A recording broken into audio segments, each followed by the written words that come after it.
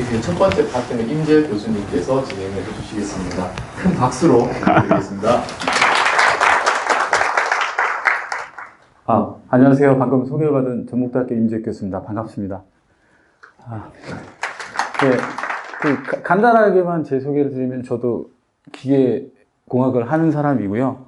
인공지능을 배우고 있는 사람입니다. 그래서 원래는 정부출연연구소 한국항공우주연구원에서 인공위성이라는 걸 만들다가 2016년에 전북대로 이직을 해서 2019년도에 알파고 얘기 나오고 그래서 인공지능을 배우고 싶었어요. 그러다가 신뢰성 부문에 훌륭하신 인공지능 하시는 분들이 계시다고 해서 2019년에 합류를 하게 됐습니다.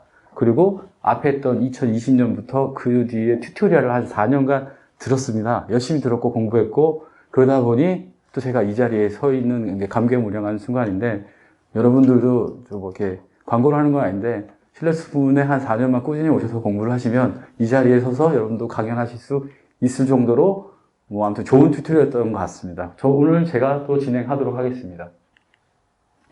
어노말리 디텍션 앞에서 설명을 해주셨는데요. 어노말리 디텍션 국어로 하면 이상치 감지입니다. 그래서 이거와 어노말리 디텍션을 제가 왔다 갔다 하더라도 좀 양해 부탁드립니다.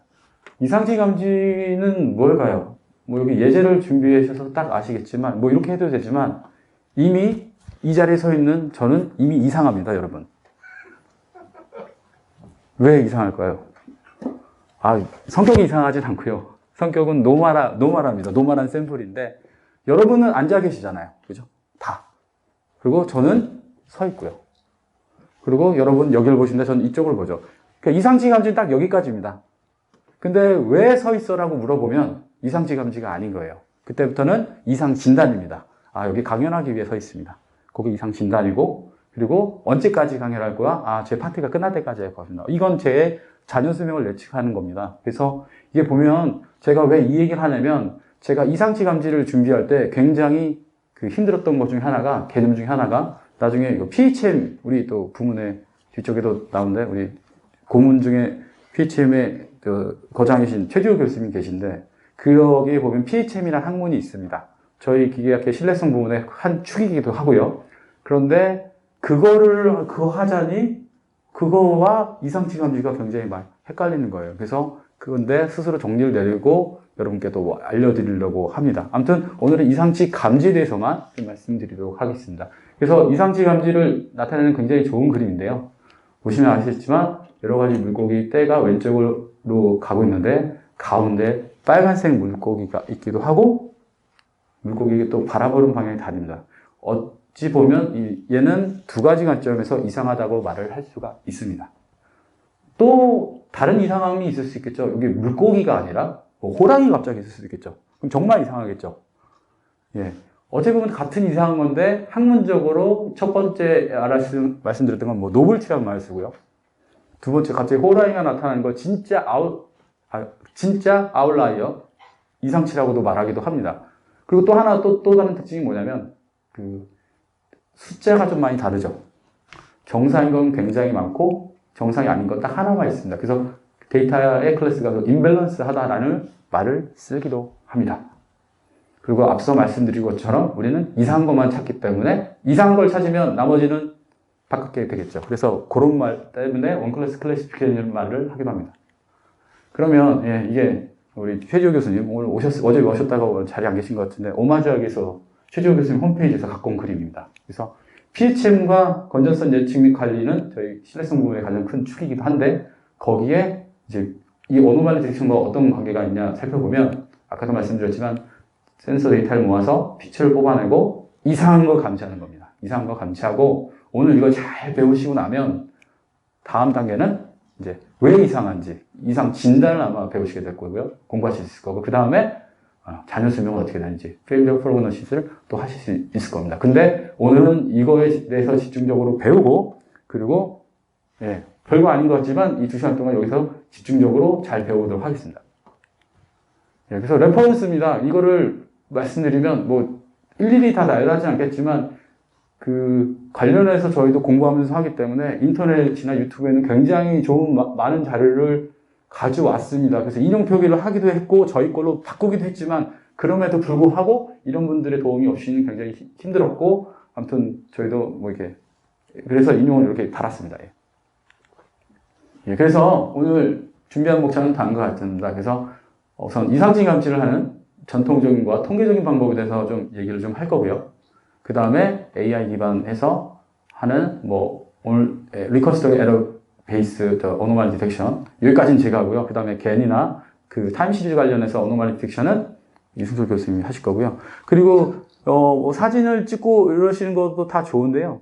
제가 말씀드린 이승철 교수님하고 약속을 했습니다. 강의도 녹화 중이고 강의 자료를 오늘 딱 깔끔하게 끝나고 나면 이승철 교수님하고 제 홈페이지에 업로드를 할 거니까 오늘은 보실 때 막 받아 적는 것보다는 머릿속으로 이해를 하시고 그 큰 컨셉을 이해하신 다음에 가서 저희가 뭐 설명을 드리지만 좀 아쉬운 부분은 가서 또 유튜브 찾아보고 또 그 복습하시면 됩니다. 예. 그래서 우선 전통적인 방법을 하기 전에 우선 또 약간 그 기본적인 것부터 좀 잡고 가도록 하겠습니다. 아까 이미 설명을 드렸던 것 같아요. 그 어노말리 중에서도 두 가지 클래스가 있는데 노블티와 진짜 어노말리가 있습니다. 그래서 노블티 관련해서 말씀드리면 노블티와 어노말리 말씀드리면 아까도 말씀드렸지만 어노말리 디텍션 세계는 정상 데이터밖에 없습니다. 정상 데이터만 갖고 어떤 디시전 바운드를 이렇게 잡아놨죠. 했는데 갑자기 뭔가 그 다른 강아지가 한 5개가 있다고 하는데 다른 전방위 강아지를 본다고 하면 이 정도는 같은 종류인데 뭔가 좀 형상이 다르기 때문에 이건 노블티라고 말하고요. 근데 아까도 말씀드린 아웃라이어는 정말 다른 겁니다. 뭐 말하고 여기 호랑이가 있죠. 뭐 그래서 이렇게 구분을 하기도 합니다. 그런데 엄밀하게 따지면 이게 맞지만 어노말리 디텍션 세계에서는 결론 다 이걸 다 하나로 등가로 보기도 합니다. 예, 그러면 데이터 관점에서 어떨까요? 데이터 관점? 데이터 관점에서 우리 많이 보신 그래프죠? 어제도 뭐 인공지능의 신뢰성 세션에 이런 그래프랑 이런 그래프 엄청 많이 나오는데 왼쪽은 어떤 X하고 Y의 뭐 피처 스페이스죠. 피처 스페이스에서 뭐 어제 체이스 플러 갖고 많이 보이시는 분도 계신데 어떤 데이터가 한쪽은 클러스팅 돼 있고 몇 개는 이렇게 떨어져 있는 그런 것들이죠. 저희가 직관적으로 뭔가 거리가 떨어져 있기 때문에 아웃라이어라는 걸 쉽게 판단할 수가 있습니다. 뭐 디시전 바운드를 적당히 어딘가 잡아서 뭐 할 수도 있겠죠. 그 다음은 타임 시리즈 데이터입니다. 그래서 시간이 있고 시간에 따라 어떤 가속도 시그널이 뭐 왔다 갔다 해서 쭉 이렇게 들어올 텐데 그 중에 특정하게 요게 노말이라고 하고 여기 보이지 않는 우리의 스레솔드라고 하면 갑자기 우리가 정해놓은 스레솔드 이상 딱 뭔가 데이터가 튄다고 하면 이걸 우리가 어노말리라고 할 수가 있을 겁니다. 데이터 관점에서 이렇게 될 거고요. 네. 또 다른 관점에서 요게 아까 이승철 교수님 말씀해 주신 건데 그리고 어노말리 디텍션은 원 클래스 클래시피케이션입니다. 그래서 왼쪽에 있는 클래시피케이션은 아마 인공지능 처음 공부하신 분들 다 아는 얘기죠. 그래서 여러 가지가 있는데 클래스를 하나, 둘, 셋 이렇게 구분을 한다. 구분해서 확률적으로 해서 뭐 소프트맥스 펑션을 이용해서 뭐 이렇게 확률을 따져서 계산한다. 뭐 기억이 나시는 것 같아요.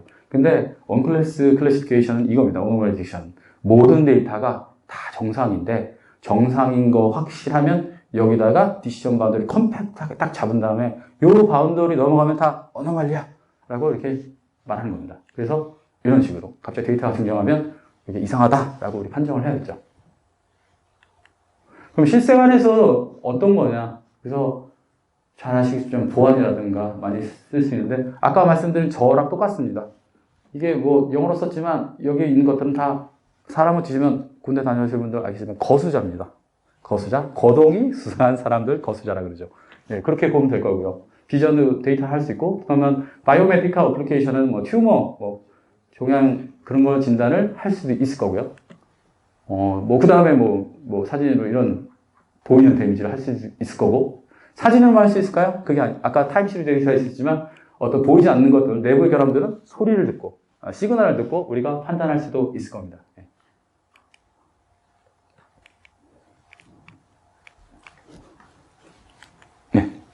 그런데 솔직히 말씀드리면 솔직히 말씀드리면 두 번째고요.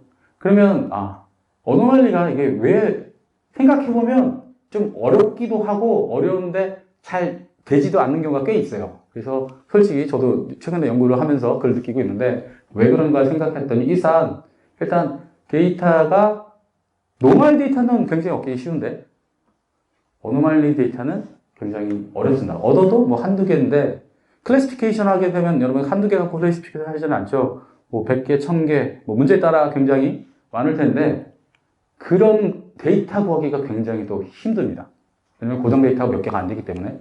또한 이상한 것들이 굉장히 종류가 다양합니다. 뭐 자동차만 해도 뭐 10만 개 부품, 뭐 20만 개 부품 종류가 다양할 텐데, 그런 것들이 이상한 모드가, 페일리어 모드가 굉장히 다 다양하기 때문에 그거를 다 우리가 고려를 해서 어노말리 하기가 굉장히 어렵고요. 그리고 뭐 오른쪽에 있는 거는 치킨하고 이제 귀여운 강아지 그림인데, 이런 것들이 굉장히 비슷비슷해서 이런 걸 갖다가 자칫하면 모두 다 노멀 데이터로 취급할 수도 있습니다. 그래서 이런 것들이 막상 실전을 하다 보면 굉장히 어려운 부분이 있습니다. 네. 그러면 다음은 이런 이제 어노말리 디텍션 방법에 대해서 좀 세 가지를 크게 나눠봤는데요.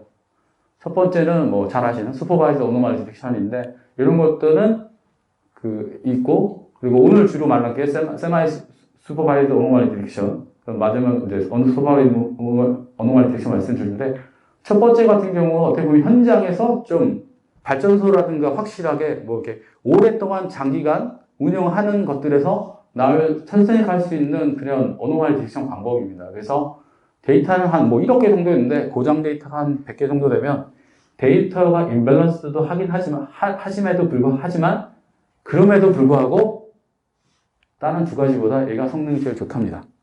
그렇기 때문에 제일 좋고요. 그러나 데이터를 컬렉션하는데 시간이 많이 들겠죠. 시간이 많이 들기 때문에 일반적인 상황에서 첫 번째 방법을 도입하는 건 굉장히 어려울 거고요.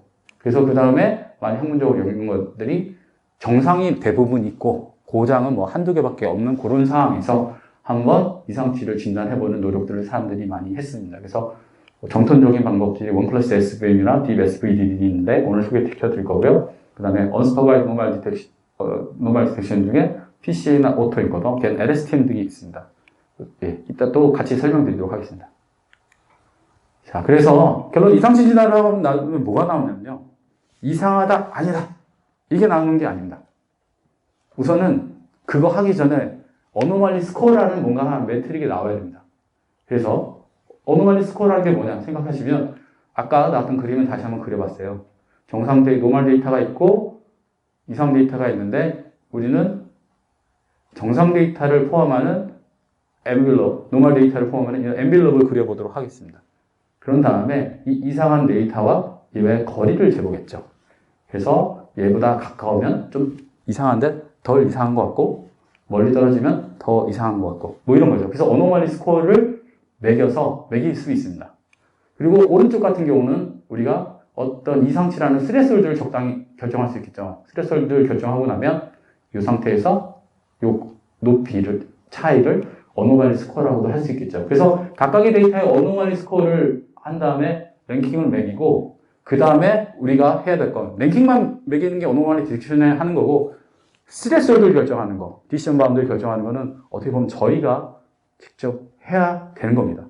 그래서 그걸 이용을 해서 이상치 스코어가 얼마일 때 얘 정상, 알 때 비정상, 이렇게 판단하는 거라고 보시면 좋을 것 같습니다.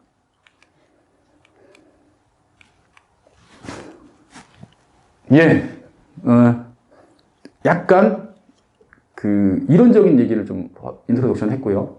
그래서 여러분한테 진짜 실전 문제를 하나 소개시켜 드리기 위해서 이 예제를 갖다가 좀 준비를 좀 했습니다. 주제도 저희랑 굉장히 익숙합니다. 그래서 여기 보면 이거 뭔지 잘 아시죠? 이거 안 써보신 분들 없으시죠? 사람들은 이걸 많이 보러 때 저는 이걸 많이 봅니다. 이거 보면 많이 두려우시지 않으셨나요? 코로나 키트 할 때 이렇게 막 해가지고 아팠던 것 같은데.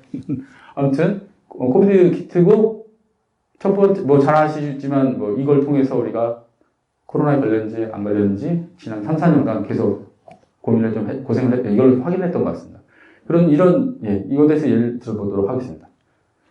그리고 이런 것들을, 이런 키트의 목적은 이런 거죠. 이걸 해서 이 사람이 정말 양성인지 음성인지 판단했던 그런 키트였던 걸로 기억납니다. 그래서 실제 환자가 얘를 썼을 때 진단 키트에서 양성이 나타나면 진짜 양성이다. 네. 음성이면 한 줄이면 음성이다 이렇게 판단했던 것 같은데, 이게 의심되는 순간이 좀 오지 않았나요? 내 몸은 아픈데 키트에서 한 줄이야. 뭐 한 줄이어서 이상한데 뭐 그래서 인터넷 찾아보면 이게 좀 하다 보면 미세하게 한 줄이 더 있어도 그것도 양성이다 뭐 그랬던 사람들이 좀 있었던 것 같아요. 그래서 어떤 일이 있었냐면 내가 진단기가 양성이라고 예측했지만 실제 양성이 나온 경우도 있을 거고 좀 틀렸을 경우도 있습니다. 그래서 이걸 갖다가 true positive라는 말을 쓰고요. 진단기가 양성이라는데 틀린 경우는 false positive라는 말을 씁니다. 거꾸로 이 반대로 음성인데 진짜 음성이라고 판단된 경우를 true negative로 하지만 그렇지 않은 경우는 false negative라고도 말하기도 합니다. 이 아마 차트는 여기 아마 신뢰성 부분에 오신 분들은 다 어느 정도 아시는 걸긴 한데요. 하는 걸 생각해서 뭐 이제 이렇게만 한번 얘기하고 다음에는 그냥 짧게만 말씀드리도록 하겠습니다. 예. 다음 차트입니다. 근데 이런 데이터가 보통 보면 이렇게 균형화되어 있으면 상관없는데 뭔가 오른쪽처럼 불균형되어 있는 게 대부분입니다. 즉 생각을 해보면 아무리 코로나가 많이 횡행했지만 양성보단 음성인 사람이 더 많은 시절이었죠. 그렇기 때문에 데이터의 불균형이 발생할 수밖에 없고 데이터의 이런 불균형 상태에서 이 진단기가 좋은 성능을 내는지 안 내는지 따지는 거를 위해서는 뭔가 좀 더 고민을 좀 해야 됩니다. 예, 이거는 저희가 준비한 예제인데요. 다음과 같이 어떤 진단 키트를 사용했을 때 그 10,000명의 환자를 진단한 결과입니다. 그래서 좀 잘 설명드리도록 하겠습니다. X축은 어노말리 스코어라는 걸 가르칩니다. 이상치 스코어. 제가 아까 말씀드렸죠. 진단기가 해준 건 뭐 양성이냐 음성이냐를 말을 하지만 그 전에 어노멀리 스코어라는 게 원래 진단기에서 계산을 한 거고 우리가 그걸 판정을 한 거다라고 말씀드렸는데요. 이게 바로 그래서 X축의 어노멀리 스코어입니다. 그래서 진단기에서 어노멀리 스코어가 0이라고 떴던 거예요. 0으로 실제 나타났는데 실제 양성인 사람을 찾아봤더니 이 정도 됐던 것 같습니다. 그리고 1이라고 했는데 양성이었던 해본이 이렇게 되는 것 같습니다. 이 반대로 또 5를 했더니 5는 음성이랍니다. 이런 식으로 했던 것 같아요. 여기까지 문제가 없었습니다. 근데 문제는 여기죠. 얘가 한 2 정도를 하게 되면 양성인 경우도 있고 음성인 경우도 있어요. 그죠? 거꾸로 좀 넘어가면 그 반대도 마찬가지입니다. 그래서 진단 결과는 이렇게까지 나오는 겁니다. 그리고 이 진단 키트는 굉장히 좋은 진단 키트예요. 나중에 결론적으로 안 좋은 진단 키트 말씀드리지만. 그래서 저희는 그냥 고민할 필요 없이 이 상태에서 그냥 디시전 받을 딱 결정하면 돼요. 어떻게 잘 결정하는지는 이따 또 말씀드리겠지만, 이 정도 좋은 진단 키트면 적당히 여기서 해도 문제는 없습니다. 그래서 이렇게 디시전 바운드를 내려서 이쪽은 다 양성, 이쪽은 다 음성, 이쪽은 다 양성 이렇게 판정을 하게 되면 여기에 있는 숫자는 문제가 없는데 여기에 애매했던 숫자들이 문제가 됩니다. 그래서 이걸 이용을 해서 저희가 정오퍼 유명한 컴퓨터 매트릭스를 만들대요. 그래서 양성인데 양성이 나왔던 사람 1900명, 음성인데 음성이 나왔던 사람 대략 8,000명, 아닌 사람들 이렇게 정오표를 나타냅니다. 이런 표는 굉장히 많이 보셨을 거라고 생각을 합니다. 그래서 이런 거를 갖고 설명을 좀 해야 되는데 설명을 좀 하도록 하겠습니다. 이 정오표를 보는 방법인데요. 방법입니다. 그래서 이거를 제가 각각 설명을 좀 드리긴 할 텐데요. 이게 좀 하다 보면 머릿속으로 이해하려고 하면 좀 힘듭니다. 그래서 여기서만 깔끔하게 정리를 좀 하고 그다음부터는 이 파라미터가 자동으로 이렇게 계산되는 식으로 좀 설명을 하도록 하겠습니다. 그래서 이 진단기 성능을 보기 위해서 가장 많이 할 수 있는 게 이 정확도를 보는 거죠. 정확도는 10,000명이 아까 있었고요. 10,000명이 있었는데 실제 맞춘 경우를 재면 되는 겁니다. 그래서 정확도는 99.4. 이거는 정말 좋은 진단기입니다. 정말 좋은 진단기고요. 프레시전이라는 것도 있는데 이건 PPV라는 밸류인데요. 이거는 또 어떻게 따지냐면 이렇게 보시면 좋을 것 같습니다. 그래서 내가 양성이라고 예측한 사람들 중에 정말 양성으로 나온 경우 이걸 가리키고요. 그리고 또 리콜이라는 밸류, 리콜은 트루 포지티브 레이시라고 하는데 트루 포지티브 레이는 내가 타겟이 양성이었는데 정말 양성이 나온 얘기를 가리킵니다. 그래서 계산을 해보면 이렇게 됩니다. 이렇게 되고 FPR이라는 밸류도 있는데 이건 false positive break에서 이렇게 계산을 하면 됩니다. 이렇게 하면 돼요. 그냥 그렇게만 좀 이해하셨으면 좋겠습니다. 그래서 이거는 굉장히 모두 다 좋은 숫자가 나왔어요. 굉장히 좋은 진단기입니다. 그리고 아직은 얘기 안 하지만 F1 스코어라는 것도 F1 스코어라는 거 이제 이 두 개의 조합 평균을 결정되는데 이해도 굉장히 높기 때문에 이 진단기에 대해서는 더 이상 뭐 논의할 가치가 좀 없습니다. 그러면 근데 이거는 굉장히 좋은 케이스고요. 일반적인 사항을 좀 설명드리도록 하겠습니다. 일반적인 상황에서 정오표가 나타나게 되면 숫자를 좀 바꿔봤습니다. 여기는 숫자를 1로 좀 몰았는데요. 그렇게 되면 정확도 입장에서 보게 되면 전체 10,000명의 샘플이 있었는데 정확도 입장에서 89.8%, 90%죠. 굉장히 좋습니다. 이것까지 굉장히 좋은데 여기서 프리시전을 한번 보도록 하겠습니다. 프리시전은 이쪽 관련 밸류니까 여전히 좋습니다. 근데 리콜을 따지게 되면 급격히 이 관련해서 안 좋아지게 됩니다. 그러면서 얘네들의 조합 평균인 F4 스코어가 떨어지는 걸 좀 확인할 수가 있습니다. 그리고 두 번째 예제는 여기 있는 가운데 데이터를 아래로 좀 내려봤습니다. 내려봤을 때 봤더니 정확도는 또 그리고 80%인데 80% 뭐 준수하죠. 모르겠습니다. 준수한 숫자라고 그냥 설명하겠습니다. 그래서 프리시전이 갑자기 떨어지는 걸 확인할 수 있습니다. 리콜은 좋은데도 불구하고요. F1 스코어는 F1 스코어는 위랑 똑같습니다. 즉, 정확도가 아무리 높다 하더라도 진단키트는 정확도로만 따지면 진단키트가 다 좋아 보이지만 실제 양성이나 음성 또 이런 대로 해서 데이터가 인밸리드한 상황에서는 프리시전하고 리콜을 같이 봐야 얘가 정말 정확한지 좋은 진단인지 판단이 가능한 겁니다. 가능한 거고요. 그런데 가능한 거라고 이렇게 이해하시면 좋을 것 같습니다. 그래서 아마 인터넷 찾아보시면 프리시전 리콜이라는 말은 듣긴 들었는데 뭔가 화두가 되지 않고 뭐 좋은 진단기 나쁜 진단기 하면 다들 이 얘기를 해요. F1 스코어를 봐라. F1 스코어를 봐야 얘가 좋은 건지 아닌지 알 수 있다는 얘기가 나오는데 이게 바로 이 얘기입니다. 자, 그러면 F1 스코어를 이제 뒤에 말씀드리는데요. F1 스코어는 뭐냐? 아까도 말씀드렸지만 리콜과 프리시전의 조합 평균인데요. 이게 굉장히 재밌습니다. 간단한 조합 평균인데 이걸 왜 만들어놨냐면 아래에 더해지는 숫자도 있지만 위에 곱해지는 숫자 잠깐 보십시오. 프리시전과 리콜이 곱해지잖아요. 그러니까 프리시전이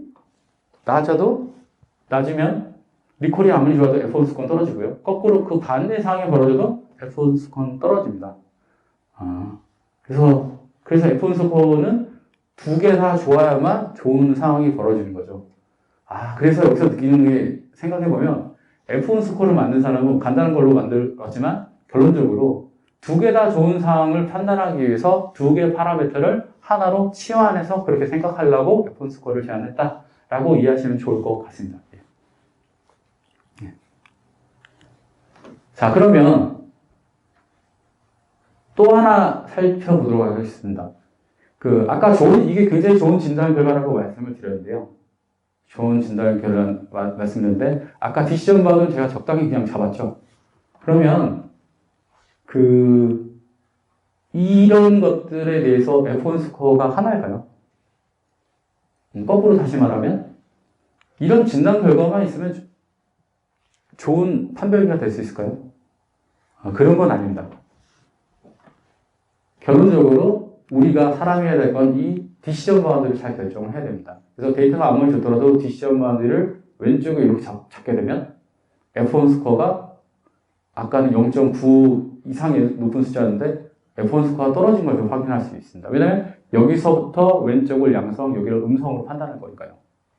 그리고 얘는 가운데 이상적이기 때문에 F1 스코어가 0.98로 굉장히 좋을 거고요.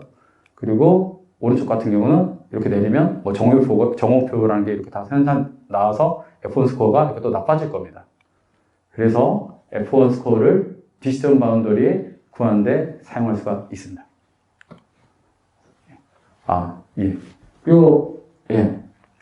그러면 지금부터는 ROC 커브, ROC AUC 많이 들어보시는데 ROC 커브에 대해서 설명 좀 드리도록 하겠습니다. 그래서 지금은 이 그래프의 X축과 Y축을 좀 보시면 좋을 것 같고요. X축은 앞에서 나왔던 FPR, False Positive Rate이고, Y축은 True Positive Rate이라는 겁니다. 이상적인 걸 상황을 생각하면 항상 어떤 상황에서 이 True Positive Rate이 항상 1로 유지되는 게 제일 중요합니다. 중요하고 그 면적이 여기 면적을 따지는데 이 면적을 AUC라고 하는데 이렇게 가지는 게 가장 이상적인 상황입니다. 근데 그런 이상적인 상황을 항상 유지할 수는 없고요.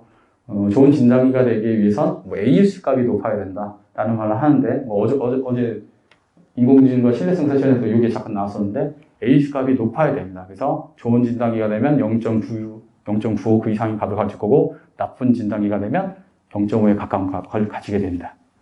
이거를 예를 통해 설명을 좀 이따 드리도록 하겠습니다. 그러면 그걸 말씀드리기 전에 우선 ROC 커브를 어떻게 만드는지 알아야겠죠. AUC 값이랑. 다음 차트를 좀 준비해 봤습니다. 그래서 아까 진단기에서 나왔던 그 진단 결과가 나왔던 어노멀리 스코어에다가 그 카운터 요들이 있었는데 이 디시전 바운드리를 아까는 가운데 있었지만 조금씩 옮겨보겠습니다. 저희가 충분히 할 수 있습니다. 코딩으로도 할 수 있고요. 이상치 스코어에 따라서 이렇게 계산하는데 이 값을 이용해서 FPR과 TPR을 그려보도록 하겠습니다. 값을 보도록 하겠습니다. 그래서 여기서부터 바운더리가 올라가면 올라갈수록 트루 값이 올라가기 때문에 트루 포지티브 레벨은 계속 이렇게 수직 상승을 할 거고요. 할 거지만 여기서부터 여기서부터 약간 폴스 네거티브랑 폴스 포지티브를 만나는 순간부터 이 값이 살짝 꺾이기 시작하고 마지막으로 쭉 계속 하다 보면 이런 식으로 스트레이트하게 됩니다. 그래서 이때 이 면적을 계산해 보면 0.98이 굉장히 높은 값이죠. 이렇게 나오게 됩니다. 그래서 제가 아까도 말씀드렸던 것처럼 이게 굉장히 좋은 진단기다 라고 말씀을 드린 겁니다. 그러면 좀 더 실제 사항을 좀 보도록 하겠습니다. 어떤 게 좋은 건지 나쁜 건지 한번 판단해 봐야 되는데 첫 번째 진단 결과를 한번 만들어 봤습니다. 이거는 액츄얼 네거티브랑 액츄얼 포지티브가 완전 풀리 세퍼레이션 되어 있고 이 간극도 굉장히 큽니다. 이런 경우는 정말 아이디어라는 상황이죠. 그래서 디시전 바운드리를 어디를 잡더라도 대충 적당히 잡을 수 있을 거고요. 그리고 이 값을 갖다 AUC로 그려보면 거의 1의 값에 나옵니다. 아이디어라는 경우죠. 그리고 아까 저희가 보여줬던 결과 따지면 0.98이라는 값이 나올 거고요. 그러면 이게 아마 현장 상황인 것 같은데 이 정도로 오버랩이 된다고 하면 AUC 값이 얼마나 나올까요? 계산해보면 한 0.917 정도가 나옵니다. 이 문제는 아마 디시전 바운더리를 잘 결정하는 게 큰 이슈가 될 것 같아요. 그래서 그런 거를 뭐 여기 이렇게 잡을 수도 있겠지만 그건 저희가 직관으로 잡는 건 좀 아닌 것 같고 뭔가 체계적으로 잡는 방법이 있을 거라고 생각을 합니다. 그게 이제 F1 스코어를 이용하는 건데 다음 페이지에서 말씀드리도록 하겠습니다. 오른쪽 결과는 어떤가요? 그냥 양성인지 음성인지 잘 구분이 안 되는 그런 상황이죠. 그래서 이런 거 갖다가 열심히 해보면 이렇게 그래도 그려보면 RUC 컵을 그려보면 이렇게 나오게 되고 면적값은 0.67 이렇게 나옵니다. 그래서 이렇게 나오는 걸 좀 확인할 수 있습니다. 자, 그렇게 되면 이제 디시전 바운드리를 결정해야 될 겁니다. 그래서 앞서 말씀드렸던 것처럼 디시전 바운드리를 이거는 아무데나 해도 될 것 같고 얘는 중간에 여기 하면 될 것 같고 요건 좀 애매하긴 한데 이건 좀 살펴봐야 될 것 같고 이거는 그냥 안 쓰는 게 좋을 것 같죠. 그런 상황인데요. 요거를 어노멀리 디시전 바운더리가 움직이면서 얘네들의 프리시전과 리콜, 그 다음에 F1 스코어를 한번 그려봤습니다. 같이 플랫을 해봤습니다. 그래서 F1 스코어를 딱 보시면 아시겠지만 여기에 F1 스코어가 여기서부터 여기까지는 1을 가리키죠. 그죠? 1을 가리키는데 즉 그 얘기인 즉슨 F1 스코어 100%라는 얘기는 디시전 바운더리를 여기 바운더리에 아무데나 찍어도 문제가 없다는 겁니다. 그런 거고요. 그 두 번째 예제를 보면 F1 스코어는 이번엔 드디어 한 점에서 만났습니다. 한 점을 만났는데 어디서 만나는지 봤더니 프레시전과 리콜 값이 같아요. 그죠? 단순히 생각해보면 조합 평균이 있는데 조합 평균이 최대가 될 때는 두 개 값이 같은 경우죠. 그래서 여기 딱 하나 나옵니다. 이것도 거의 1에 가깝습니다. 그래서 좋은 거라고 얘기하는데 이 문제는 F1 스코어를 그려봤습니다. 그래서 봤더니 뭔가 조금 더 1은 아닌 상태에서 두 개의 값이 교차하는 점을 저희가 찾을 수 있었고 아까 그냥 봤을 때는 왠지 여러분 지금 이 메디안 값, 평균 값을 쓸 것 같지만 그거보다 살짝 오른쪽에서 뭔가 형성된 걸 알 수 있습니다.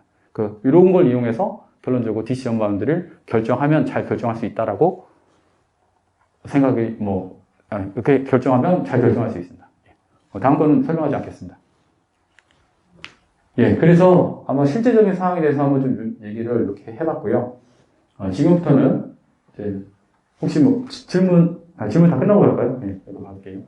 그래서 지금부터는 2장과 3장, 4장까지 제가 설명할 텐데 좀 너무 수식을 넣지 않고 간단한 컨셉 위주 좀 설명드리도록 하겠습니다. 전통적인과 통계적인 방법은 데인시티와 내 이웃한 데이터의 상관관계를 이용해서 하는 방법인데요. 간단하게 쉬운 것부터 설명드리도록 하겠습니다. 여러분, 제일 좋아하시는 3시그마 플롯입니다. 3시그마 룰 아시는데요. 가우시안 분포, 노멀 분포가 다음과 같이 있습니다. 그래서 이런 걸 노멀 분포죠. 많이 잘 아셔서 설명이 필요 없기도 한데, 이게 보통 우리 자연에 있는 어떤 데이터들은 굉장히 노멀 분포를 따르는 경우가 많습니다. 그래서 뭔가를 얘기할 때 이 분포를 굉장히 많이 얘기하죠. 그래서 평균과 표준 편차를 구한 다음에 그걸 다 분포를 이렇게 그려보면 1시그마, 2시그마, 3시그마 이렇게까지 확률 분포 함수를 이렇게 나타낼 수가 있고 이 면적을 적분하게 되면 3시그마일 때는 99.73, 0.9973 그리고 요거 2시그마일 때는 95.4 그 다음에 1시그마일 때는 68.1에서 이런 룰로 불리기도 하죠. 그래서 이렇게 하는데 만약에 이 어떤 데이터를 만약에 이런 확률 노멀 분포로 매핑을 할 수가 있다고 하면 우리가 아웃라이어를 구분할 수가 있습니다. 왜냐면 데이터는 여기에 많이 모였을 테고 내가 스트레스를 잘 결정을 하면 G스코어는 여기 0이고 1이고 2고 3일 텐데 여기까지 정하면 이 바깥 거는 아웃라이어로 이렇게 정의할 수가 있겠죠. 예, 두 번째로는 이제 박스 플랫입니다. 박스 플랫 아마 지금은 이런 거 많이 본 것 같은데 라고 하지만 제가 다음 쪽을 보는 순간 이러실 분들이 있을 거예요. 박스 플랫은 미디안 값을 씁니다. 평균값이 아니라 미디안 값이라 중간값이라고 하죠. 중순위 값 이렇게 또 말을 하는데 어떤 데이터가 있는 상태에서 민 맥스를 주고 데이터가 이 아래쪽에 좀 편향되어 있는데요. 여기서 중간 등수를 매기는 겁니다. 데이터가 100개면 그 중에 50등이 어디 있어를 보는 거예요. 50등이 여기 있고 그 다음에는 그 다음 등수 서드 쿼타일 퍼스트 쿼타일 하는데 얘는 얘가 50등이면 25니까 그래서 나머지 여기도 75니까 해서 이렇게 만들어 놓고 요거를 우선하면 아웃라이어로 판단하고 한다는 그런 것들입니다. 그래서 여기 보시면 여러분 좋아하시는 이제 주식 차트에 굉장히 많이 등장을 하죠. 그 외에도 이런 승격 분포를 할 때 이렇게 변동성이 큰 데이터를 나타낼 때 요거를 이용해서 많이 사용을 하기도 합니다. 예. 그리고 이제부터 본격적으로 데니시티 기반 데니시티 기반으로 해서 아웃라이어 디텍션에 대해서 설명을 드릴 텐데요. 제가 수학을 정말 산수를 안 넣으려고 얘기를 했는데 요거 하나만 딱 넣겠습니다. 좀 참아해 주십시오. 그래서 공분산 매트릭스입니다. 그래서 정말 송구스럽게 산수를 넣으면 공분산 매트리인데 요겁니다. 요거만 이해하시면 됩니다. 요거 딱 보시면 아시겠지만 뭔가 이거 좀 할만한 것 같아요. 어떤 데이터가 있는데 평균값을 빼고 XY 있으면 XY 평균을 빼고 걔를 제곱을 한 다음에 그거를 N으로 나누는 거 그겁니다. 분산 학교 다닐 때 분산을 배우셨으면 아실 거고요. 단 공분산은 이제 X하고 X 데이터 X하고 X 관련해서 그 다음에 또는 Y는 Y 관해서 그 다음에 X, Y 관해서 이렇게 나타낼 수가 있습니다. 그래서 이 행렬을 공분산 행렬이라고 하는데 얘의 물리적 의미는 첫 번째 것은 데이터가 X를 얼마만큼 퍼주느냐를 따르는 매트릭이고요. 얘는 Y 방향을 얼마나 퍼져 있느냐. 그리고 X, Y는 X하고 Y 관한 상관관계를 또 나타내는 거죠. 그래서 다음에 세 가지 예제를 준비했습니다. 첫 번째 같은 경우는 거의 원형에 가까우니까 이렇게 다이아고널 하면 1 나오고 업 다이아고널이 0이 나오고요. 두 번째 같은 경우는 약간 여러분이 보셔도 마이너스 X, Y는 마이너스 X 방향으로 뭔가 돼 있죠. 그래서 공분산이 다이아고널 턴이 마이너스가 나오고요. 이거는 어떻습니까? 가운데 있는데 약간 틀어져 있죠. 그래서 기울기는 양일 거고요. 그래서 이런 값을 가지면 확인할 수가 있습니다. 자,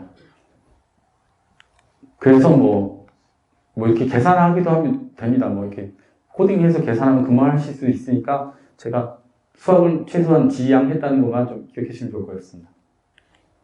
자, 그래서 이겁니다. 이것 때문에 어쩔 수 없는데요. 그 어떤 데이터가 있을 때 아까도 말씀드렸지만 가우시안 데스티로 저희가 이스티메이션 해야 됩니다. 그런 상황인데 그런 상황에서 공식은 오른쪽과 같습니다. 오른쪽은 공식과 같은데요. 어떤 그 공분산이라는 걸 계산을 해서 공분산이라는 걸 계산해서 걔를 어떤 그 민 센터드 데이터에다 평균을 뺀 후에 거기다가 얘를 인버스를 해서 곱합니다. 그런데 이 공분산 행렬은 아까 말씀드렸던 것처럼 2바이트 행렬이죠. 2바이트 행렬이라 학교 다닐 때 RU 디코포지션 배우시는 분들 계실 거예요. 그러면 로테이션을 하고 뭔가 스트레치하는 거죠. 그래서 그 역할을 해줍니다. 그래서 이 데이터가 약간 편향되어 있으면 회전해주고 스케일링해서 이런 피팅에 맞게끔 바꿔주는 역할을 해주신다라고 생각하시면 좋을 것 같습니다. 그래서 이런 확률도 함수를 얻을 수 있고 그거를 서메이션을 하면 뭐 전체가 1이 되는 겁니다. 그래서 이런 확률 밀도 함수를 얻고 나서 우리가 스레스를 딱 우리는 저희가 결정해야 됩니다. 저희가 결정을 해서 리젝트 리전을 결정하고 억셉트 리전을 결정을 하면 되는 겁니다. 그런데 세상의 데이터가 이렇게 가우시안 데이터로 할 수 있을 만큼 호락호락하지 않습니다. 그러면 어떻게 해야 되냐? 이걸 써야 되죠. 그래서 좀 더 프랙티컬한 데이터입니다. 데이터가 이렇게 클러스팅 되어 있는 상태를 가리키는데요. 이럴 때는 그냥 봐도 가우시안을 하나만 쓰는 게 아니라 복수를 써야 되겠죠. 복수를 써야 돼서 저희가 이 데이터는 이미 미리 한 겁니다. 그래서 가우시안을 4개를 써서 이런 걸 만들었는데요. 이렇게 해서 여기까지는 잘 하고 바깥은 이제 아웃라인 이렇게 하면 되는데 그러면 이걸 어떻게 만들었냐? 면적은 어차피 1이 돼야 되는데 어떻게 만들었냐? 굉장히 생각이 좀 어려워 보이시잖아요. 근데 어렵지가 않습니다. 앞에서 했던 그 확률 밀도함수 정의를 하나 갖고 옵니다. 다시 갖고 오고요. 단 얘가 하나가 아니라 복수계니까 하나, 둘, 셋, 넷을 고려해야 되겠다고 하면 그렇게 m이 이제 서메이션 하면 되고 이런 거 갖다가 다시 리니어 서메이션에서 확률 밀도 함수를 구하면 됩니다. 이때 단 웨이트는 이제 단위 분할 조건처럼 서메이션 하면 1이 되게끔 해주면 얘를 잘 피팅을 할 수 있고 이런 확률 밀도 함수를 가우시안 믹스처 모델로 만들어낼 수 있다라고 하는 것이 핵심입니다. 앞에는 이제 데인시티 기반 얘기를 했고요. 두 번째는 조금 다른 컨셉으로 설명을 드리도록 하겠습니다. 데이터가 C1 클러스터로 있고 C2 클러스터로 이렇게 나눠져 있다고 하도록 하겠습니다. 그리고 데이터를 아웃라이어라고 생각을 해서 O1, O2를 지정을 하도록 하겠습니다. 누가 봐도 거리로만 디스턴스 베이스 매트릭을 따지면 O1은 누가 봐도 아웃라이어죠. 아웃라이어입니다. 그런데 항상 악유가 생기는 게 애매한 O2입니다. O2인데 이거를 C2 기반만 생각해서 확률 밀도함수 가우시안 믹스 하나 그리면 왠지 사라질 것 같은데 근데 세상 그렇게 호락호락하지 않죠. 여기 대해서 그렇게 반대로 생각하는 사람들 많을 겁니다. 반대 의견을 생각을 해보면 뭐냐면 C1의 클러스터가 좀 있을 텐데 C1은 약간 여기는 빽빽하고 여기는 듬성듬성하죠. 듬성듬성한 상태에서 이 거리를 보십시오. 거리가 굉장히 좀 먼 편입니다. 근데 얘는 어떻습니까? O2도 C1 대비 거리가 좀 있는데 여기랑 거의 비슷비슷해요. 그래서 여기끼리는 인라이어라고 얘기를 했는데 얘를 왜 아웃라이어라고 보냐는 악유가 생길 수가 있습니다. 그래서 이런 거를 생각을 해서 이 절점과 이 이웃에 있는 절점의 밀도를 좀 차를 이용해서 뭔가 좀 더 잘 나눠보자라고 제안된 것들이 있습니다. 그게 바로 이제 네이버 베이스 어노멀리 딕세션 그래서 유명한 게 이제 로컬 아웃라이어 팩터라고 하는 것들이 있습니다. 그래서 그림을 그려보면 공간상의 차원에 있는데 좀 멀리 떨어져 있는 것들 혼자 아이솔레이트 됐다고 우리가 판단할 수 있는 거는 이 스코어가 좀 높습니다. 높고 좀 촘촘하게 모여있다고 생각하는 거는 그 값이 뭐 1.4, 좀 더 가까운 1 정도까지 미니멈 바운드가 있어서 본 것 같은데요. 그렇게 구분을 해서 여러분의 이렇게 값은 여기까지 주는 거고 여러분이 적절하게 디시전 바운드를 설정을 해서 아웃라이냐 아니냐를 구분하면 됩니다. LOF가 로컬 아웃라이어 팩터라는 이거를 설명을 하도록 하겠습니다. 근데 조금 어느 순간 가면 이게 인투이션을 넘어가요.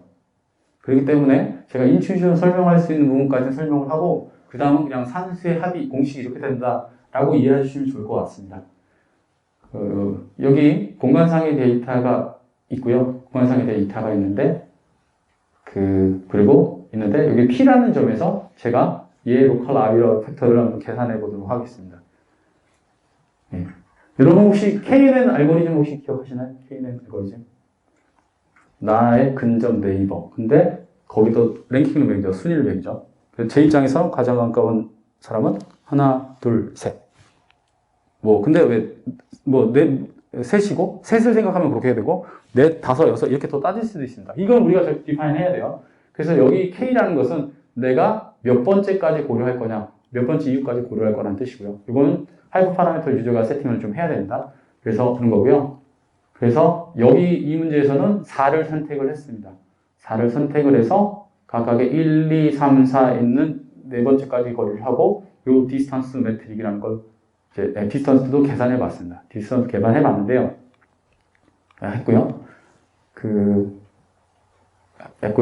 다음에 여기 LOF에서 어떻게 중요한 건 이걸 잘 보시면 분모분의 분자잖아요. 그래서 결론적으로 아까 로컬 아웃라이어 팩터에 나왔던 숫자는 결론적으로 요 거리의 n배라는 겁니다. 그죠? 그렇게 이해하면 되는데 그럼 NKP라는 걸 좀 설명을 좀 드릴 텐데 NKP가 제일 중요해 보이는데 보게 되면 NKP는 여기 써 있듯이 K번째 K 디스턴스의 네이버 후드입니다. 이거는 이제 인테저예요. 무슨 얘기냐면 이 거리 안에 파티클이 몇 개가 포함되어 있다는 얘기하는데 이렇게 보시면 좋을 것 같습니다. 아까 네 번째 우리가 이웃까지는 찾았고 네 번째 이웃이 갖는 거리를 확인했습니다. 이게 이제 바운더리 반지름 2고요.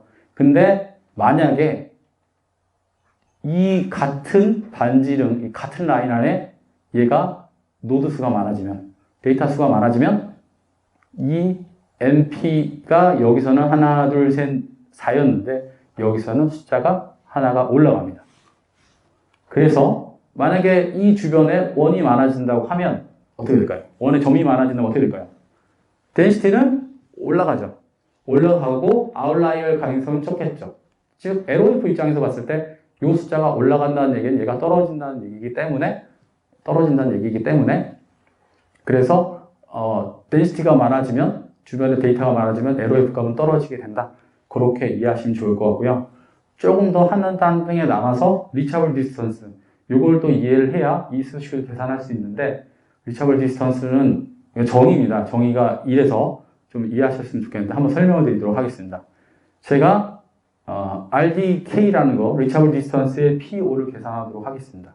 그러면 내가 P라는 점에서 5를 계산할 건데 5라는 것은 이 하나만 가르치는 게 아니라 내 주변에 있는 얘네들을 모두 다 가리킵니다. 그래서 내가 여기하고 얘 거리가 있고 K번째 거리가 K 디스턴스 얘 거리가 있고 또 아까도 말씀드렸지만 내 이웃에 있는 데이터의 아까 밀도를 따져서 고려하는 알고리즘을 설명을 드렸죠. 그래서 이 이웃한 노드에 들어가서 얘 또 K번째 이웃한 이웃을 찾습니다. 찾아서 두 개 값의 맥스 값을 취한다 라고 이해하시면 좋을 것 같습니다. 그래서 여기서 말씀드리고자 하는 핵심은 나의 밀도도 보지만 나의 데이터, 이웃의 데이터의 밀도를 고려해서 뭔가 판정하는 거다라고 이해하시면 좋을 것 같습니다.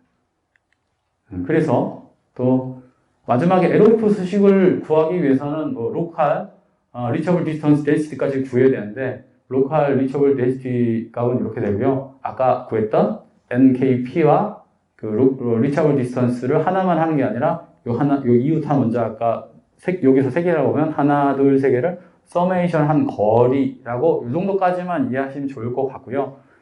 물리적인 것보다는 지금부터는 약간 이런 공식을 따라서 따다닥 하다 보면 뭔가 숫자가 나온다 이렇게 이해하시면 좋을 것 같고 물리적인 의미는 아까도 말씀드린 덴시티가 올라가게 되면 이 값은 떨어진다 이렇게 이해하시면 좋을 것 같아요. 예.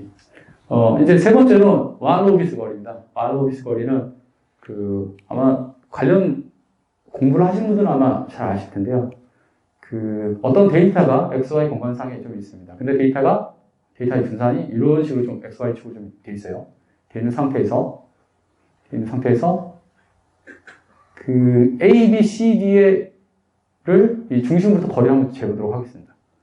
데이터 중심은 여기인 것 같고 A, B, C, D 거리를 재면 2, 1, 2 거의 똑같죠? 그 문제가 없는데 만약에 이 데이터의 공분산을 고려를 하게 되면 유클리드한 거리에서는 분명 얘가 다 거리가 똑같지만 데이터의 분산을 고려하면 A, B는 이미 데이터 안에 포함되어 있기 때문에 분산을 고려하면 얘가 거리가 더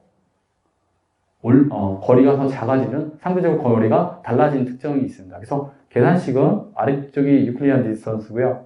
첫 번째 위에 있는 게 이제 말로비스 거리인데, 말로비스 거리는 이 가운데 이게 더 들어갑니다. 그래서 공분산, 아까 열심히 제가 계산해드린 공분산에서 그걸 다시 역행렬을 구하면 얘가 다시 리스케일링하고 스트레치를 한 다음에 로테이션에서 그 구형과 같은, 원형과 같은 데이터를 다시 만들어줄 텐데요. 그런 스페이스에서 얘를 계산해보면 말로버리스가 당연히 계산되고 A, D는 거리가 어떻습니까? 중심 대비 가깝죠. 하지만 C, D는 멀게 됩니다.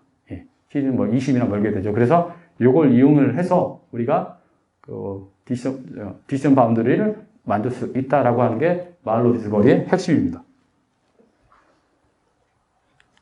예, 여태까지 조금 지루할지 모르지만 이거를 차분차분 하나 쉽게끔 설명을 드렸고 이걸 갖다가 결론적으로 써봐야 되죠. 써봤을 때 어떤 특징이 있는지 봐야 되죠. 그래서 그 예제를 준비했고 이 예제는 사이키널에 찾아보시면 다 이미 있더라고요. 그래서 좋은 예제를 다 찾아서 준비해 보았습니다. 코드도 다 오픈되어 있습니다. 그래서 우선 데이터를 생성을 하고요. 그 다음에 아까도 가우시안 분포를 따지는 데이터를 적당히 만들었습니다. 그래서 는 20,20, 스탠다드 분포 1이고요. 그 다음에 3C만 따지면 바운드가 한 6 될 거고요. 그다음 300개의 샘플을 만든 다음에 그냥 가우시안 테스트 디스트리뷰션으로 한번 해봤습니다.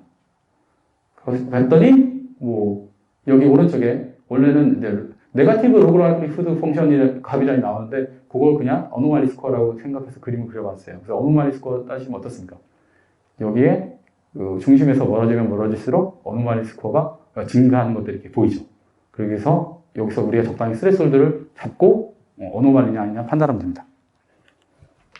이번엔 조금 더 복잡한 예제를 준비해 봤습니다.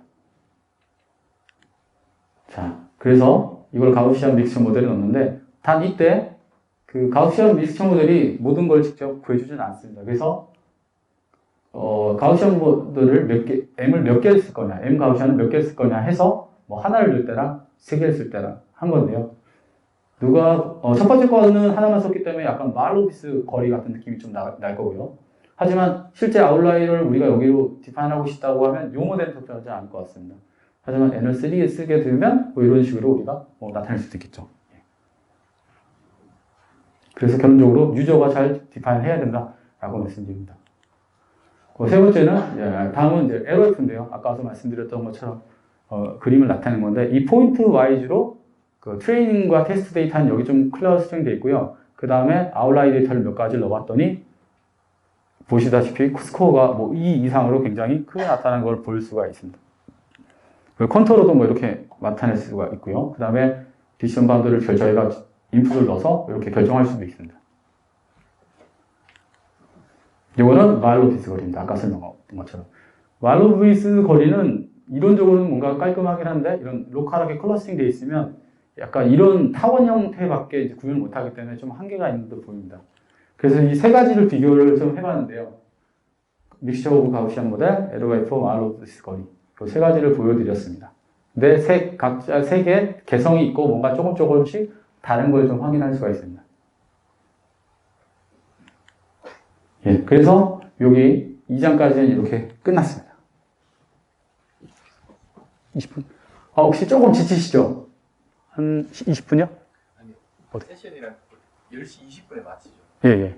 20분 더 하셔도 돼요. 20분 더, 20분 남았습니까? 세션이랑 같이 해드릴까요? 예. 뭐, 다른 세션에 쉬는 시간이 20분 뒤에 있다고 하니, 제가 뭐 20분 동안 여기 있는 거 핵심 위주로 좀 말씀드리면서, 첫 번째 강연을 마무리 짓는 걸로 하도록 하겠습니다. 세 번째는 이제부터 약간 프랙티컬한 겁니다. 좀 약간 모델이 들어가죠. 약간 어드밴스한 느낌이 나는데, 설명을 컴팩트하게 잘 드리도록 하겠습니다.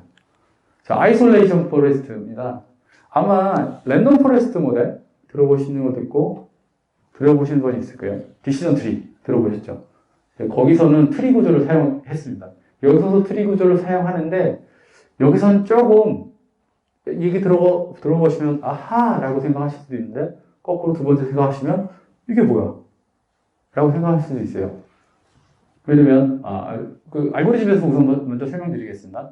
어떤 공간상의 데이터가 좀 있는데, 이런 데이터는 우리가 직관적으로 노멀하다고 할 수 있겠죠? 노멀한 데이터입니다. 노멀한 데이터인데, 이런 데이터 어떻습니까? 이렇게 되어 있는데 뭔가 벗어나 있죠? 벗어나 있는 거죠. 그래서 이런 것들은 아웃라이어라고 볼 수 있을 겁니다. 그래서 디시전 트리 알고리즘을 이용해서 얘를 찾아볼게요. 찾아보는데 그냥 놔두는 게 아니라 아이솔레이션 시키겠습니다. 아이솔레이션 시킨다고 하면 얘만 하나 남게끔 경계를 찾아보겠다는 뜻입니다. 그래서 이런 상태에서 우리가 분할을 하는데요. X와 Y를 랜덤하게 딱딱 디시전을 하는 겁니다. X를 그렇게 나누고 Y를 그렇게 나누고 랜덤하게. 예전에 디시전 트리에서는 얘를 나눌 때 어떻게 나누냐면 그 엔트로피라는 걸 계산해서 엔트로피를 최소화하는 방향으로 분할을 했고 데이터를 나눌 때 호모지니어스 셋이 생기면 거기서 멈췄거든요. 여기서 근데 그렇게 하진 않습니다. 그래서 그 첫 번째 거 말씀드리면 그냥 랜덤하게 나눈 겁니다. 랜덤하게 하나 나온 결과를 보여드리는 거라고 생각하시면 좋을 것 같아요. 그래서 이렇게 나누고 이렇게 나누고 이렇게 나누고 이렇게 나눠봤더니 그 결과 얘가 아이솔레이션인데 그때 우리 분할을 몇 번 했죠? 7번을 했습니다. 그래서 이거를 우리가 패스랭스라고 말을 부릅니다. 두 번째 건 어떤 거예요? 두 번째 거는 그냥 대충 나눈 결과이기는 한데 그 아이솔레이션이 딱 3번만에 일어났습니다. 이게 바로 아이솔레이션 포레스트의 핵심 알고리즘인데 적당히 막 나눌 거고 적당히 막 나눠서 이 패스랭스라는 게 노멀 데이터면 패스랭스가 높을 거고요. 아웃라이어 같은 경우는 몇 번 되지 않을 겁니다. 그래서 이 패스랭스라고 하는 이 분할 횟수를 이용을 해서 이거를 아웃라이어 스코어를 이용해서 얘를 이상치를 진단하는 그런 알고리즘입니다. 그래서 이런 걸 어떻게 결정하냐면 랜덤 포레스트처럼 앙상블 어프로치를 사용하고요. 그 트리를 랜덤하게 쪼개는데 랜덤하게 여러 개를 준비하고 얘를 쪼갭니다. 얘를 디시전 트리를 쪼개는데 그냥 호모지니어스 셋이면 멈추는 게 아니라 계속 쪼개서 맨 끝에 풀리 그론 트리까지 만들어냅니다. 그래서 그런 풀리 그론 트리를 만들어 놓고 나서 이 아웃라이어라고 판단했던 것들이 각각의 몇 번의 분할이 되는지 몇 번 안에 아이솔레이션이 되는지를 스코어를 계산을 한 것을 평균을 냅니다. 그래서 그 값이 작으면 작을수록 아웃라이어 가능성이 높다고 판단하는 그런 알고리즘입니다. 그래서 요거는 아까도 말씀드린 것처럼 트리를 하나 쓰는 게 아니라 여러 개 쓰는 겁니다. 뭐 100개 쓸 수 있고 200개 쓸 수 있겠죠. 그래서 하지만 아웃라이어로 판단되는 것은 빠른 분할 안에 바로 이상치로 감지가 될 거라고 말씀드리고요. 여기 HX가 아까 말씀드린 패스랭스인데 요거만으로도 이미 충분한데 뭐 학자들은 좀 더 세련되게 하기 위해서 얘를 이런 오퍼레이션을 통해서 1에 가까우면 아웃라이어, 뭐 0에서 0.5 사이면 노멀 데이터 이렇게 판정을 하기도 합니다. 예. 다음은 원클래스 SVM 설명드리도록 하겠습니다. 이거는 아마 인공지능, 기계공학과에서 인공지능을 좀 제대로 공부하셨다는 분들은 아마 다 보셨을 이승철 교수님 강의한테서 갖고 왔는데요. 그 유명한 XOR 문제입니다. XOR 문제. 이런 상태에서 이걸 갖다가 리니어 클래시파이어로 우리가 분할하려고 하면 어떻게 되나요? 절대 안 된다고 배웠죠. 하나로는 절대 분할할 수가 없습니다. 그렇기 때문에 그때 배웠던 게 하나가 너니어 매핑, 커널 매핑이라는 걸 배웠어요. 차원을 올리는 거죠. 차원을 고차원을 올리고 나면 데이터에 이런 트리를 하고 나면 우리가 다시 고차원 공간에서는 이런 XOR 문제를 리니어리 세퍼하게 분할할 수 있죠. 즉 리니어 클래시파이어를 이용을 해서 분할할 수가 있는 겁니다. 이게 핵심입니다. 그래서 처음에 이거를 배울 때 처음에 원클래스 SVM 구에서 SVM 부르면 잘 아시는 것처럼 퍼셉트론, 로지스틱 리그레이션, 서포트 벡터 모션 모두 다 리니어 클래시파이어인데 요즘 이런 게 문제가 있어서 고차원 올리고 뭐 이렇게 하는데 이거 갖고 어떻게 하겠어라고 고민을 좀 많이 했었습니다. 그래서 실제 이런 리니어 모델은 써있죠. 충분하지 않습니다. 그래서 굳이 하려고 하면 데이터를 하이 디멘션으로 올려놓고 나서 이런 일을 해라 라고 설명을 했던 것 같아요. 그래서 그 유명한 원클래스 SVM은 그 일을 진짜 합니다. 저도 아이디어 보고 놀랐는데 다음과 같이 노멀 데이터가 좀 있으면 얘를 디시전을 컴팩트하게 만들어 놓고 오른쪽 같이 커널 스페이스를 만듭니다. 커널 스페이스를 만들어 놓고 하나의 하이퍼플레인을 생각을 합니다. 하이퍼플레인 생각해서 노멀 데이터가 가급적 오른쪽으로 많이 몰려있고 이렇게 만들어서 이런 바운더리 만들어 놓은 다음에 이 안쪽으로 뭔가 데이터가 오게 되면 이걸 어노멀리라고 하려고 하는 겁니다. 그래서 이때 커널을 매핑할 때는 많이 알고리즘 커널을 많이 쓴다고 얘기하고요. 이렇게 넘어갔다가 이런 식으로 그래서 어떤 데이터가 있으면 하이퍼플레인을 놀려서 판단하고 다시 백 인버스 트랜스포머를 통해서 얘가 아웃라인인지 아닌지 판단을 하는 거죠. 그래서 요거를 어떻게 이 평면을 찾느냐를 간단하게 설명을 드리면 오른쪽과 같은 최적 설계 문제로 적이 되는데요. 굉장히 수학이 들어와서 좀 복잡해 보이지만 간단합니다.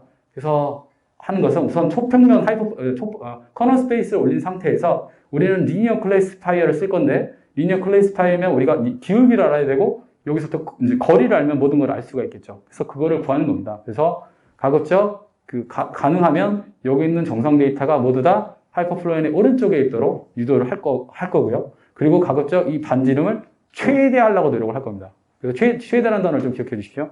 그러고 나서 그 얘기는 즉슨 그렇게 할 거고요. 그리고 얘를 최대화하다 보면 여기에 노멀 데이터인데도 불구하고 누락되는 것들이 있겠죠. 그래서 그런 걸 또 방지를 좀 하려고 노력을 할 겁니다. 그래서 수식이 이렇게 나옵니다. 그래서 얘를 이런 폼을 미니마이즈를 할 건데 첫 번째, 내가 롤을 최대화할 거고 최대화한다는 얘기는 마이너스 롤을 붙여서 미니멈 한다는 얘기면 그것도 같은 얘기겠죠. 그리고 여기 거리, 여기 아웃라이어인데 누락되는 거, 정상 데이터 누락되는 거리를 이렇게 하면 여기다 서메이션에서 더하면 될 겁니다. 그래서 이걸 이용을 해서 얘네들의 트레이드오프 상관관계를 찾는 거고요. 여기 있던 앞에 있는 오메가, 이거는 조금 생소하실 텐데 이 오메가는 이 초평면에서 피처 스페이스에서 선형 직선 바운더리가 갖추는 그 모델 파라미터 W입니다. 그래서 y는 ax 플러스 b 그러면 a하고 b 이렇게 생각하시면 좋을 것 같습니다. 그래서 그 파라미터인데 소프트 벡터 럭신에서 나오는 아이디어인데 이 파라미터가 너무 크게 되면 새로운 데이터가 왔을 때 뭔가 불안정해진 특징이 있어서 그걸 최소화하기 위해서 집어넣은 겁니다. 그래서 이걸 이용해서 최적 설계 문제를 풀게 되면 오메가와 로가 결정이 되고 직선이 딱 완성이 되면서 이 직선을 통해서 아웃라이어인지 아닌지를 판단을 하게 되는 겁니다. 이게 바로 원클래스 SVD의 핵심 아이디어입니다. 그러면 그 이후에 나온 SVD는 뭐냐? 이거는 앞에 거랑 똑같습니다. 단 생각하는 게 초평면에서 리니어 클래시파이어가 아니라 이런 구형 데이터, 2차원에서 원형일 거고 3차원에서는 구고 그 고차원에서는 하이퍼 스피어겠죠. 그래서 이렇게 똑같은 원리는 똑같습니다. 그래서 반지름하고 그래서 반지름을 이렇게 결정을 하는 거고요. 반지름하고 중심을 결정을 해서 이런 디시전 펑션을 만들어내는 게 SVDD의 핵심입니다. 그래서 실제 문제를 한번 예제를 풀어봤습니다. 이런 상태에서 아이솔레이션 프레스트를 써봤을 때 결과인데요. 오른쪽이 아이솔레이션 프레스트의 결과입니다. 이렇게 나타나는 걸 확인할 수가 있고요. 여기 컨터 값은 오노말리 스코어와 아까 말씀드린 패스랭스 관련 컨터입니다. 이 두 번째는 원클래스 SVM 결과인데요. 여기도 아웃라이어가 있으면 얘를 이런 식으로 컨트롤을 해보면 아웃라이어인지 아닌지 이런 컨트롤 값으로 딱 판단할 수 있다라고 생각하시면 좋을 것 같습니다. 이거는 SVDD죠. 예, 그래서 이렇게 또 확인할 수 있는데요. 자, 이것들의 퍼포먼스를 보기 위해서 이 5가지 토익 샘플을 준비를 하고 한번 그려보았습니다. 한번 다 적용해 보았습니다. 결과는 다른 것 같습니다. 여기는 마할라우디스 거리, SVM, 그 다음에 아이솔레이션 프레스트, 로컬라이 벡터 SVD인데요. 결과가 놀랐어요. 충격적으로. 별거 아닌 것 같은데. 결과가 다 조금씩 다 다르죠. 결론은 이게 문제입니다. 원클래스, 이게 보면 어노말리 디텍션이 굉장히 쉽고 심플한 아이디어인데도 불구하고 어려운 이유는 어떤 유니크한 솔루션, 알고리즘마다 찾아주는 게 조금씩 달라요. 그죠? 이 디시전 바운더리를 다 각기 다르게 나타냅니다. 그렇기 때문에 이상치 감지하는 것들이 굉장히 어렵다고 생각하고요. 만약에 동일한 솔루션을 위하기 위해서 이 안에 들어가는 하이퍼 파라미터 미세 조정하면 되긴 되겠죠. 그래서 좀 정밀하게 하시는 분들은 하이퍼 파라미터 튜닝 얘기를 많이 하세요. 아무튼 그래서 이런 것들이 쉽지는 않고 우리가 종합적으로 모든 걸 다 고려해 봐야 된다라고 말씀을 드립니다. 네, 마지막으로 AI 기반, 딥러닝 AI 기반 리컨스트럭 에러 베이스 어노말리 딕션 설명드리고 도록 하겠습니다. 아, 그래요? 좀 빠른 것 같죠? 예. 좀 빠른 것 같죠? 예. 자, PCA만 간단하게 설명드릴게요. 차원 축소. 그러니까 리컨스트럭션을 해야 되기 때문에 차원 축소와 차원 축소에 따른 복원에 대해서 설명을 드려야 되는데, 우선 PCA, 여러분 한 번쯤 들어가서는 그 PCA 주성분 분석에서 말씀드리도록 하겠습니다. 2차원 공간상에서 X 데이터가 있고 Y 데이터가 이렇게 있을 텐데요. 요거를 어쩔 수 없이 저희가 차원을 축약해야 되는 상황이에요. 누군가가 1차원으로 줄이랍니다. 그래서 어쩔 수 없이 줄여야 되면 우리가 하나 평면을 놓고 선행사상이기 때문에 직선을 놓고 여기서 데이터를 프로젝션을 시킵니다. 그래서 프로젝션을 시킬 때 이렇게도 할 수 있고 이렇게도 할 수 있고 이렇게 할 수 있는데 첫 번째 요 평면을 생각을 해보면 어떻습니까? 이 데이터가 프로젝션 되는데 두 개가 겹쳐져서 이제 머지가 돼버려요. 데이터가 약간 로스가 일어나는 듯한 느낌이 좀 있습니다. 그러나 이 평면은 어떨까요?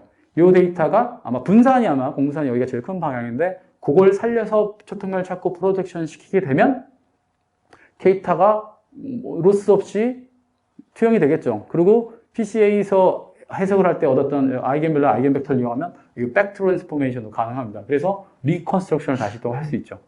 근데 차원을 2차원에서 한번 줄였고 줄인 상태에서 다시 2차원으로 복원을 했기 때문에 약간의 리컨스트럭션 에러는 발생할 수밖에 없을 거긴 합니다. 아무튼 이게 PC의 핵심입니다. 그 외에도 비선형 사상으로 오토인코더라는 거 한번 보셨을 텐데 어떤 인풋이 있고 인풋을 그냥 하면 제일 좋겠지만 나는 축약을 하고 싶어서 어떤 잠재 공간을 개수를 막 바꿔가면서 얘가 리컨스트럭션 인풋에서 어떤 피처 스페이스로 매핑을 하고 그 다음에 다시 복원을 하게 되는 거죠. 그래서 인풋과 아웃풋이 리컨스트럭션을 통해서 생성된 것이 가급적 비슷하도록 차원을 계속 줄여나갑니다. 이런 아이디어고 이게 이제 이미지 기반에서는 이제 컨볼루션을 이용한 컨볼루션 오토 엔코더도 있습니다. 이건 이미지일 때 얘기고요. 그래서 인코더, 디코더가 있죠. 이것도 어떤 데이터가 차원을 줄였기 때문에 인풋하고 아웃풋 이미지는 리컨스트럭션 에러가 어떻게든 생길 수밖에 없습니다. 이거는 PC하고 오토인코더 비슷한 거 좀 설명하기 위해서 제가 준비한 토익 example인데요. 다음과 같이 20개의 원이 있습니다. 반지름 다 다르고요. 이 원 하나에 데이터가 1000개, 포인트가 1000개, 2차원 데이터 1000개 있다고 하겠습니다. 그래서 PCA를 이용해서 얘를 1차원으로 한번 줄여봤습니다. 1차원으로 줄이는 게 가능한 게 원이기 때문에 반지름 하나만 있으면 표현할 수 있겠죠. 그래서 1차원을 줄였다가 복원을 시켜봤더니 어떻습니까? 원형이 나타나고 나서 뭔가 노이즈된 소음이 확 줄었죠. 이게 바로 디노이징 가끔 하는데 PCA 같은 거 보면 이제 디노이징을 할 수 있다는 말을 가끔 쓰기도 하는데 이게 바로 그걸 가르치는 예제입니다. 그런 거고요. 만약에 32차원으로 복원했다고 하면 조금 더 그럴싸하게 원본 데이터를 복원할 수 있겠죠. 이거는 오토엔코더도 마찬가지입니다. 오토엔코더도 똑같은 일을 하면 이렇게 나올 수가 있습니다. 이번엔 조금 더 복잡한 3차원 이그젠플을 준비해봤어요. 20개인데 20개 원인데 아까 반지름 하나로 캐릭터라이즈 되는 게 아니라 좀 더 비선형성 데이터를 살짝 쏘아봤습니다. 이런 상황에서 데이터가 한번 3차원 데이터를 압축했다 복원해 보도록 하겠습니다. PCA입니다. PCA로 이거 2차원으로 한번 복원시켜 보려고 했더니 그 포인트 했더니 어떻게 됐습니까? 뭔가 너무 줄여서 데이터 로스가 생기죠. 좀 로스가 심한 경우고요. 하지만 한 20차원으로 늘려봤더니 원래대로 잘 그래도 비스무리하게 복원이 되는 거 할 수 있습니다. 약간의 포인트 와이즈로 빼보면 아마 에러는 조금 있긴 있을 겁니다. 하지만 그렇게 따지면 얘는 리컨스트럭션 에러가 작을 거고 얘는 굉장히 좀 크겠죠. 그런 관점에서 오토엔코더는 너니어 매핑이기 때문에 아키텍처를 좀 복잡하게 해야 되는 수고는 있지만 2차원으로 줄여도 잘 압축했다 복원하는 거를 보여줄 수가 있습니다. 그래서 결론적으로 이제 지금부터 리컨스트럭션 에러에 대해서 다시 설명드리고 말씀드리면 다음과 같이 7만 있는 세계, 7만 있는 세계를 생각해 보겠습니다. 7을 우리가 노멀 데이터로 두고 컨볼루션 오토엔코더에서 압축해서 복원을 하도록 하겠습니다. 복원을 했더니 아까 했던 것처럼 너무 압축을 했기 때문에 복원을 했기 때문에 원래 오리지널 7 이미지가 그대로 나오진 않고 약간 블러리해서 나올 거예요. 그렇죠? 그러면 이를 픽셀 와이즈로 빼고야 되면 뭔가 차이가 있을 겁니다. 그걸 이제 리컨스트럭트 에러인데 여기다가 만약에 어노말리 데이터 5를 한번 넣어보도록 하겠습니다. 실제 코딩한 건데 5를 집어넣고 했더니 이것도 7 비슷하게 나온 거예요. 뭔가 이상한 듯한데 그럼에도 불구하고 확실한 건 이 원본 어노말리 데이터와 7만원 세계에서 복원된 그런 컨볼루션 오토인코더가 복원 세 개 보면 여기 에러가 굉장히 크죠. 그래서 이 리컨스트럭션 에러 값이 얘보다 크기 때문에 얘를 우리가 어노말리라고 할 수 있는 거고, 이게 리컨스트럭션 에러 기반 어노말리 디텍션의 핵심 아이디어입니다. 그래서 다시 한번 정리를 해보면, 어떤 정상 데이터를 컨볼루션 오토인코더로 해서 복원을 하면 분명히 에러가 생길 텐데, 그 에러는 작겠죠. 그걸 갖다 스레스홀드로 주고 나서 어떤 새로운 데이터를 넣어서 복원을 해보면 어노말리 스코어가 크기 때문에, 리컨스트럭션 에러가 크기 때문에 그걸 이용해서 우리가 어노말리인지 아닌지 디시전 메이킹을 하는 그런 거라고 보시면 좋을 것 같습니다. 그래서 간단한 예제인데요. 1 넣었더니 1로 복원되고 차이를 이렇게 할 거고, 이거는 에러를 어떻게 계산하는지 좀 보여주기 위해서 준비한 자료인데, 이거를 원디로 플래티닝 합니다. 그 다음에 이 에러들을 다음 주에 서메이션에서 평균을 해서 RMS를 이용해서 리컨스트럭션 에러를 만들어냅니다. 그래서 실제 코딩을 한 건데요. 코딩한 이그젠플인데, 이거는 아까 말씀드렸던 거 다시 만드는 거고요. 그래서 7인 노멀 데이터 있고 5란 아울라스코 데이터가 있는데, 이거를 인코더를 이렇게 아키텍처 설계하고 디코더 이렇게 아키텍처 설계한 다음에 계산을 짠 해보면 다음과 같이 잠재 공간에서는 같은데 G1, G2 스페이스에서는 서로 구분이 잘 되지가 않습니다. 그런데 리컨스트럭션 에러로 따져보면 위에 거는 0.01이고 아래 거는 10배가 더 큰 걸 확인할 수 있습니다. 그래서 이걸 갖다가 샘플 와이즈로 리컨스트럭션 에러를 이렇게 그려본 건데요.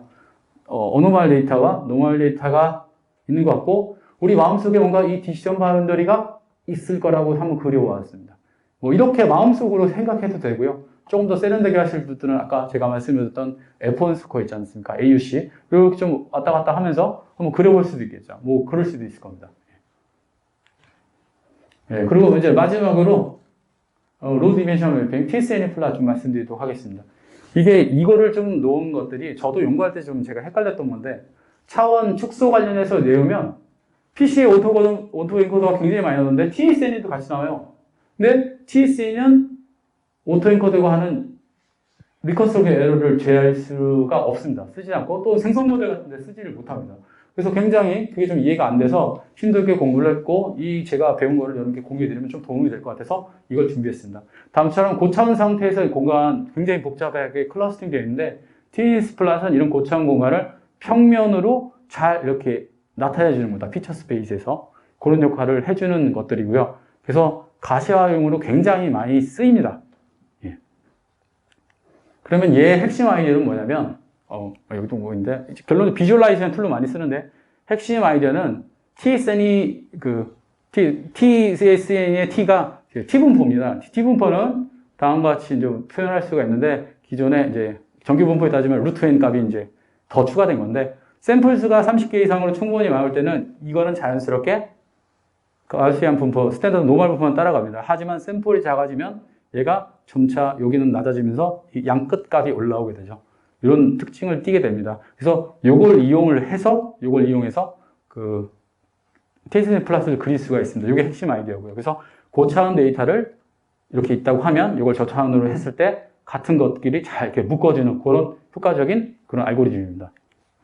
그래서 이런 노이즈한 이그젠플을 좀 해보면, 어떻게 보면 TSN에 적용하면 말하지도 않았는데 리니얼리 세퍼럴하게 구분되는 것처럼 이렇게 보이기도 하죠. 예. 그래서 굉장히 많이 사용됩니다. 그러면 핵심 아이디어, 여기를 좀 잘 봐주시면 좋을 것 같습니다. 이 핵심의 아이디어만 이해하면 쉽게 좀 할 수가 있는데, 어떤 고차원 데이터를 X1, X2, X4라고 하겠습니다. 그리고 X1은 중심에 있고요. 그러면 얘네들의 거리 분포가 나타나게 될 겁니다. 그리고 근데 이 상태에서 내가 저차원으로 매핑을 할 겁니다. 그렇게 되면 X1은 Y1이 됐다고 치고 X2는 Y2, X4는 Y4가 됐다고 얘기를 하도록 하겠습니다. 그렇게만 좀 기억해 주시고요. 그리고 그러면 다시 원본 데이터 X1, X2, X3 고차원으로 가서 이 고차원 데이터는 이 노드의 상관관계가 다음과 같이 노멀 분포를 통해서, 프로바빌리티를 통해서, 가우시안 분포가 기억나시죠? 그걸 이용해서 이렇게 정의된다고 하겠습니다. 노멀 분포를 따를 거고요. 그 다음에 이 새로 프로젝션 되는 데이터는 T 분포를 따르도록 이런 식으로 따르도록 조정이 되게 되는 겁니다. 그래서 이렇게 되면 뭐냐면, 이거 잘 보십시오. 고차원 평면에 있는 데이터는 가우시안 분포를 띱니다. 가우시안 분포를 띄기 때문에 여기 X2 값이 여기 있는데, 근데 저 차원에서는 얘를 T분포를 따르게 만들 겁니다. 그렇게 되면 어떻게 되죠? 같은 스레스홀드를 갔는데 이렇게 되게 되면 Y2로 오죠. 그 얘기는 즉슨 원래 이게 이제 X1이 Y1을 했는데 가까운 데이터는 더 가깝게 만든다는 뜻이고요. 두 번째 좀 먼 데이터 보도록 하겠습니다. 먼 데이터는 같은 스레스홀드 상에서 보면 얘가 T분포로 갔을 때 이게 멀어지죠. 그 얘기는 즉슨 먼 데이터는 더 멀게 만들도록 조정해주는 그런 아이디어다 생각하시면 좋을 것 같습니다. 그래서 이런 것들을 할 때 뭐 수학적인 게 들어가긴 합니다. 그래서 고차원의 이런 데이터의 확률 분포와 저차원의 확률 분포는 분명 가우스랑 한 T분포로 나타나게 되는데 그 확률 분포를 최대한 비슷하게 만들어줘야 된다고 해서 쿨롱 다이버전스라는 이런 크라이테리언을 만들고 얘를 최소화하게 됩니다. 그러면 PIJ와 QIJ 확률 분포가 비슷하게 되면 비슷하게 될 때, 같아질 때 얘가 0이 되겠죠. 뭐 그래서 이런 걸 이용합니다. 그래서 조금 더 말씀드리면 고차원 3차원 공간상에 X1, X2, X3, X4, X5, 6가 있다고 하면 이게 공간상에서 이런 확률 분포를 갖고 이런 식으로 나타낼 수가 있는데 이거를 저차원으로 갈 때 일단은 저차원에서 랜덤하게 그냥 뿌려버립니다. 랜덤하게 뿌려버리고 얘를 위치를 저차원에서 공간을 강제로 좀 움직여서 마지막에 이 확률 분포가 앞에 거랑 비슷하도록 이렇게 클러스터링을 좀 무작위하게 좀 클러스터링해서 찾게 만드는 겁니다. 즉, 이 득은 여기서 일로 갈 때 이터레이티브하게 좀 찾다 보니 여기서부터 여기 가는 어떤 매핑 기능이 뭔가 바꾸긴 했지만 정확한 매핑이 성립이 되지 않는다는 것을 가리킵니다. 예, 그래서 한번 그림을 예제로 이제 마지막 예제 그려보면 0인 데이터가 5,000, 9인 데이터가 5,000이고 전체 한 5만 개의 데이터가 있는데 이런 거는 차원이 높은 데이터죠. 그래서 888이니까 64차원 데이터인데 이걸 2차원에서 평면을 그려보면 다음과 같이 깔끔하게 이제 어느 정도 깔끔하게 좀 지저분한 것도 있지만 이렇게 잘 가시화를 할 수 있다는 뜻이고요. 이거를 기존에 PCA나 오토 엔코더를 하면 어떻게 될까요? PCA나 오토 엔코더를 하게 되면 이렇게 클러스터링이 굉장히 많이 일어나게 됩니다. 그래서 사람들이 이걸 선호하는 거겠죠. 그러나 TSN이 항상 비주얼라이제이션은 좋지만 얘를 리컨스트럭 에러를 따진다고 하면 얘는 수학적이나 이론적으로 뭔가 잘 고려해서 매핑을 했기 때문에 인버스가 가능하지만 리컨스트럭 에러를 계산이 가능하지만 TSN에는 또 불가능하다는 거. 이거 좀 기억하시면 좋겠고요. 거꾸로 이 인버스, 이 인코더, 디코더 이 기능이 없게 되면 뭐 생성 모델로 좀 우리가 비사정사상은 쓰고 고려할 수 있잖아 생각을 저도 처음에 했는데 이런 이유로 이런 걸 갖다가 생성 모델로 사용하려는 노력은 시도되고 있지 않는 걸로 그렇게 이해를 하고 있습니다. 그래서 제가 맡은 부분 여기까지입니다. 일단.